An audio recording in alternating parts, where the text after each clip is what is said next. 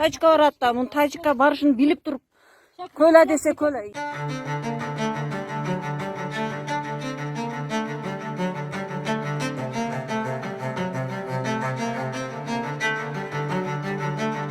Мына ушул машинанын ичинде отуруп бизди тартып атат.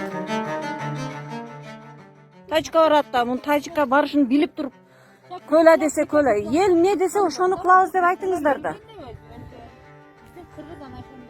Эми айтыңыз, ким приказ берди? Koyun yatık onu. Hadi kelet açmış bedir. Мына ушу кишилер көйлө атыптыр мынаке. Мынаке мынантип көйлөп коюптур, тачиктерге эме беребиз деп, суу беребиз деп.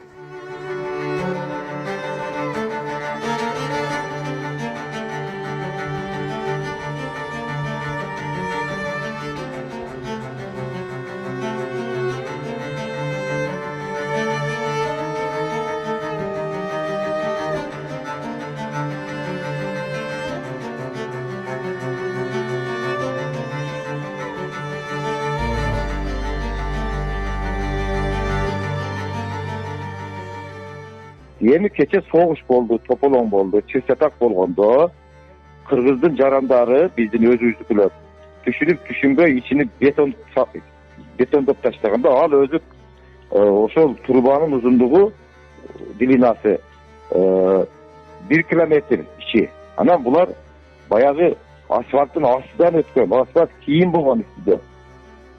Суу өтүп турганда анан муну бирөө бир тартиби жок кылганбы, түшүнүп кылган, түшүнбөй кылган бетонду ичиге айдап жиберген да. Анан барып туруп тыгылып койгон ичиге. Эми тажик тарап келишим бар да, эгер бияктан суу бербесеңер бергиле, биз Паскарыктан суу берейик силерге, биздин эл дагы өткөзбөй атат да. Бирок келишим бар, мындай эле эмес ол. Быйыл берилсе экен, ошентип бербей койду, сууду бербегенден кийин биз милдеттүү түрдө келишим негизинде өткөрүп беришибиз керек да. Анан муну баардыгы билет. Органдар баардыгы билет, губернатор билет, аким билет.